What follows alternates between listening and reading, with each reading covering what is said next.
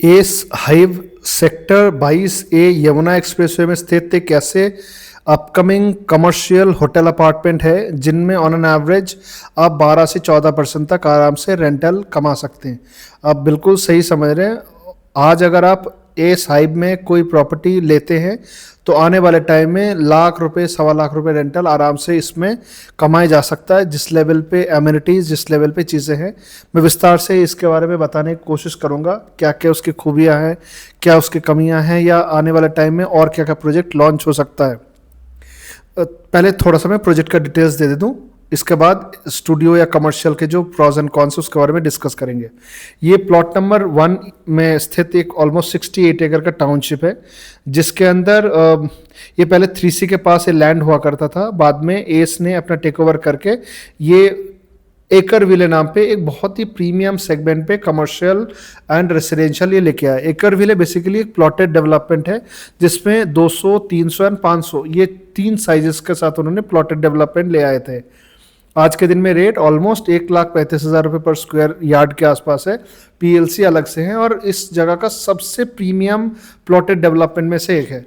हालांकि जिनको थोड़ा एस के बारे में आइडिया नहीं है उसके बता दूं, एस वो डेवलपर है जो सेक्टर आपके 150 या 152 में जो प्रोजेक्ट्स लेके आए थे उनमें अप्रिशिएशन ऑलमोस्ट 2 गुना 3 गुना तक दे चुका है। जैसे एग्जांपल के तौर पे मैंने ही एक टाइम पे S Parkway 1700 square feet all inclusive 4800 rupees में बेचा था। आज के दिन में वही चीज़ और एन एवरेज रीसेल में आपको 12,500-13,000 रुपये पर स्क्वायर फीट में मिलता है। मैं बात कर रहा हूँ भगत सिंह पार्क फेसिंग 7वां फ्लोर, 8वां फ्लोर, इस टाइप का फ्लोर को। इनमें क्या है, ऑलमोस्ट एक फ्लोर पे 12 लिफ्ट के साथ ये आ रहा है। होटल अपार्टमेंट है जिसमें ग्राउंड फर्स्ट में showroom, second and third floor पे रेस्टोरेंट एंड फोर्थ फ्लोर पे सर्विस रूम होंगे। इनके अलावा 5 से लेकर 15 फ्लोर के बीच में बिजनेस सूट्स हैं। 16th floor completely dedicated for club house और सर्विस फ्लोर। इनके बाद 17th फ्लोर पे इन्फिनिटी पूल है एंड लाउंज है। जनरली इन्फिनिटी पूल इतने ऊपर बनाना बड़े मुश्किल काम है। प्रोजेक्ट में बहुत सारे डेवलपर कमिट ज़रूर करता है बट धरातल में बहुत कम डेवलपर है जो उसको बना के डिलीवर कर पाता है। But S is one of the developer जो अभी तक जितना कमिट किया है उतना ही डिलीवर करके दिया हुआ है। अगर आप देखना चाहते हैं तो एस का पुराना कोई पार्कवे का ब्रोशर उठा लीजिए और आज के साथ उसको कंपेयर कर लीजिए, आप समझ में आ जाएगा आपको। इनमें है ऑलमोस्ट 770 स्क्वायर फीट का फर्निश्ड स्टूडियो अपार्टमेंट है जो सर्वर पोर्टिको होटल के साथ ऑलरेडी टाई अप हो चुका है। 4 स्टार होटल है सर्वर पोर्टिको।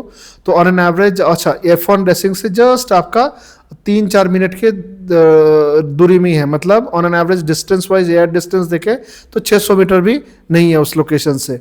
और आने वाले टाइम में जिस हिसाब से डेवलपमेंट चल रहा है, मोटो जीपी ऑलरेडी 5 साल के कॉन्ट्रैक्ट के अंदर है। इसके बाद F1 रेसिंग एक बार शुरू हो जाए तो यमुना एक्सप्रेसवे के वो क्षेत्र सबसे प्रीमियम जेंट्री में से माने जाएंगे। हालांकि आज के दिन में जो सेक्टर 22D की बात करते हैं या आने वाले टाइम में एयरपोर्ट की बात करते हैं, वो अपने आप पे residential complex and industrial land आएगा। और इसी लोकेशन से चारों तरफ से कनेक्टिविटी बहुत शानदार है क्योंकि अट्टा गुजरन मंझावली के बीच में जो फ्लाईओवर बना हुआ है, जिस दिन ये पूरा फंक्शनल हो जाएगा तो सेक्टर 22A से गुड़गांव पहुंचने में मैक्सिमम आपका 40 मिनट का समय लगेगा। बिल्कुल सही कह रहा हूँ मैं। आप अगर आज के दिन में देखें और अगर आप बाइक लेके भी जाना कोशिश करें तो भी फरीदाबाद आप मुश्किल से 15 से 18 मिनट के अंदर पहुंच सकते हैं। FNG अभी बन नहीं पाया बट इन्होंने यमुना के ऊपर फ्लाईओवर बना दिया और साथ साथ दोनों तरफ से कनेक्टिंग जो रोड है वो भी शुरू हो गया। दूसरी चीज़ जो ईस्टर्न पेरिफेरल रोड है, EPR जिसको कहते हैं, ये ईस्टर्न पेरिफेरल रोड के चारों तरफ पूरा जो कनेक्टिंग रोड है वो भी बनते जा रहा है। बेसिकली EPR और यमुना एक्सप्रेस इन दोनों के बीच में पहले कनेक्टिंग रोड नहीं था। अभी फुल फ्लेज में इसका काम चल रहा है जो अगले 4-5 महीने या 6 महीने के अंदर ही फंक्शनल हो जाएगा। और साथ साथ क्या है, ये एकलौता बिल्डिंग है जो चारों तरफ पूरा रेसिडेंशियल कॉम्प्लेक्स मतलब हाउसिंग कॉम्प्लेक्स होगा जो प्लॉटेड डेवलपमेंट में है और दूर दूर तक इसका व्यू मिलेगा। तो कुछ एक तरफ आपका बड़े शानदार लेवल पे बड़े सेगमेंट पे लेक बनेगा जो 5-1 एकड़ के आसपास है और एक तरफ आपका एक्सप्रेसवे 770 स्क्वायर फीट के आसपास से शुरुआत होता है। और अगर कोई शोरूम वगैरह भी देखना चाहता है तो उसमें भी मिल जाएगा but they have not opened the showroom yet. अब आता हूँ इसके मुद्दे पे, जो स्टूडियो अपार्टमेंट या कमर्शियल होटल अपार्टमेंट जो है ये इस कॉन्सेप्ट पे क्यों आ रहा है और क्या हमें रेंटल मिलेगा। आपने अगर एक एग्जांपल सुने होंगे सैंडल सूट्स, सैंडल सूट्स आज के दिन में लेमन ट्री को दिया गया। बेसिकली सेक्टर 135 में एसोटेक ने एक बिल्डिंग बनाया होटल अपार्टमेंट की तरह, जिनको सैंडल सूट्स नाम दिया गया, और लेमन ट्री इसको मैनेज करता है। लेमन ट्री इसीलिए इस प्रोजेक्ट पे इंटरेस्ट शो किया था क्योंकि उनको इन्वेस्टमेंट ज़्यादा करना नहीं था, ऑलमोस्ट बनी बनाई चीज़ें मिल गया। ऑब्वियसली इंटीरियर और जो भी अपना ब्रांडिंग के लिए काम करना होता है वो उन्होंने किया। चारों तरफ पूरा IT SEZ एरिया है, और आज के दिन में नोएडा, ग्रेटर नोएडा में जो होटल का प्लॉट है वो सारे कैंसिल है। मतलब वो होटल प्लॉट किसी ने लिया नहीं, क्योंकि नोएडा उस लेवल पे पहले डेवलप नहीं था, बाद में उनको कन्वर्ट करके मिक्स यूज लैंड के तौर पे दे दिया गया। जैसे एग्जांपल के तौर पे सेक्टर 97 में आपका जो जैकबन कंपनी जो आया हुआ है, एलिस साहब जो प्रोजेक्ट आया हुआ, वो भी एक टाइम में होटल प्लॉट माने जाते थे। अब है क्या, जिस दिन ये पूरा बन गया सैंडल सूट्स, तो लेमन ट्री अपना कस्टमर्स बुलाते हैं, उसको सर्विसेज देते हैं, उनके लिए सर्टेन एक पैसा खर्च होता है। मेरे पास कुछ दिन पहले एक बिलिंग आया हुआ जिसमें एक कस्टमर को 126 रुपीज़ पर स्क्वायर फीट में उनको मिला। तो किसी ने अगर 800 स्क्वायर फीट का सैंडल सूट्स का ये लिया हुआ है, तो ऑन एन एवरेज मान लीजिए 95,000 रुपये पर मंथ के हिसाब से उनको पे आउट गया हुआ है। और ये वो महीने बात कर रहा हूँ जिस महीने कोई इवेंट वगैरह नहीं हुआ था। जिस मंथ इवेंट होता है जनरली जो आपका ग्रेटर नोएडा में एक्सपो सेंटर में, उस मंथ कमाई ऑन एन एवरेज 1,30,000 रुपये तक भी पहुंचता है। मैं बात कर रहा हूँ सारे चार्जेस माइनस करने के बाद जो कस्टमर को इन हैंड मिलता है, इनमें TDS कटता है बस। TDS जो अगर इनकम ब्रैकेट में कम है तो वो भी अपना टैक्स फाइल कर सकते हैं, टैक्स भी वो अपना रिबेट ले सकते हैं। अब वैसे ही कॉन्सेप्ट पे 2-3 कमर्शियल स्टूडियो और आया हुआ है। अब मान लीजिए किसी का बजट थोड़ा 60-65 लाख रुपए है, उसमें भी हम कमर्शियल स्टूडियो दे सकते हैं। उसमें लिमिटेड ऑप्शन है, 1-2 ऑप्शन आपको ग्रेटर नोएडा का साइड में मिल जाता है। आपको अगर नोएडा का साइड में स्टूडियो अपार्टमेंट चाहिए, बसे वसा एरिया में एकदम मेदांता हॉस्पिटल के सामने चाहिए, वो भी पॉसिबल है। क्योंकि एक स्टूडियो अपार्टमेंट या कमर्शियल होटल अपार्टमेंट ऐसा जो प्री लीज्ड वाला है, वो ऐसे एक ऑप्शन है जो हमेशा चढ़ा रहेगा।